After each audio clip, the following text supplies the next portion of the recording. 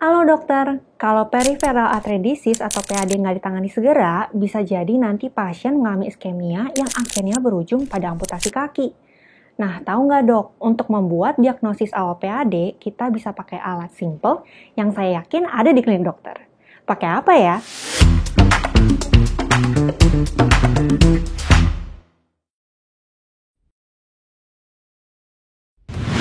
Iya, pakai alat tensi.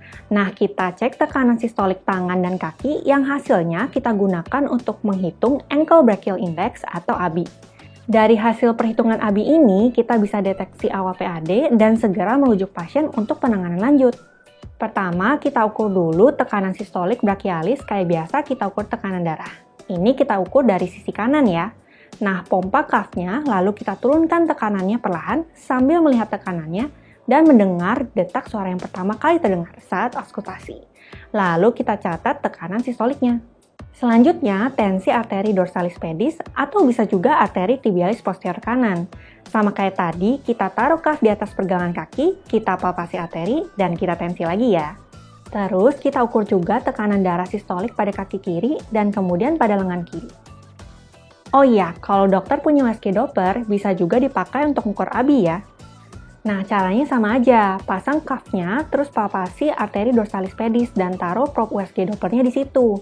Oke, kita dengar pulsasinya ya. Next, kita pompa cuff-nya sampai tidak terdengar suara pulsasinya dan perlahan kita turunkan.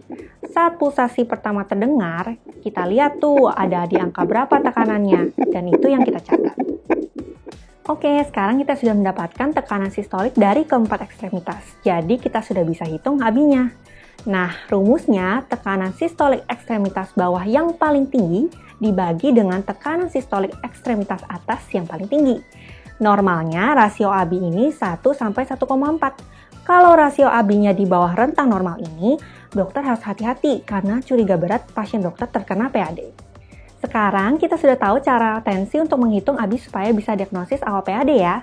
Meski sensitivitas ABI untuk diagnosis PAD cukup rendah, tapi spesifitasnya cukup tinggi, sekitar 96-100%. Jadi kalau rasio ABI-nya abnormal, kemungkinan besar pasien mengalami PAD. Tapi kalau hasilnya normal, bukan berarti pasien sudah pasti tidak terkena PAD ya. Oh iya, buat tahu pasien mana aja yang perlu di-screeningan ABI, baca artikel lebih lanjut via link di description box ya. Nah, semoga tips dari Alomedica Hex kali ini berguna untuk praktik dokter sehari-hari ya. Jangan lupa like dan share supaya semakin banyak orang tahu tips ini. Subscribe channel Alomedica dan nyalakan lonceng notifikasi agar selalu up to date dengan video selanjutnya. Jadi dokter Anda dalam genggaman, salam Alomedica!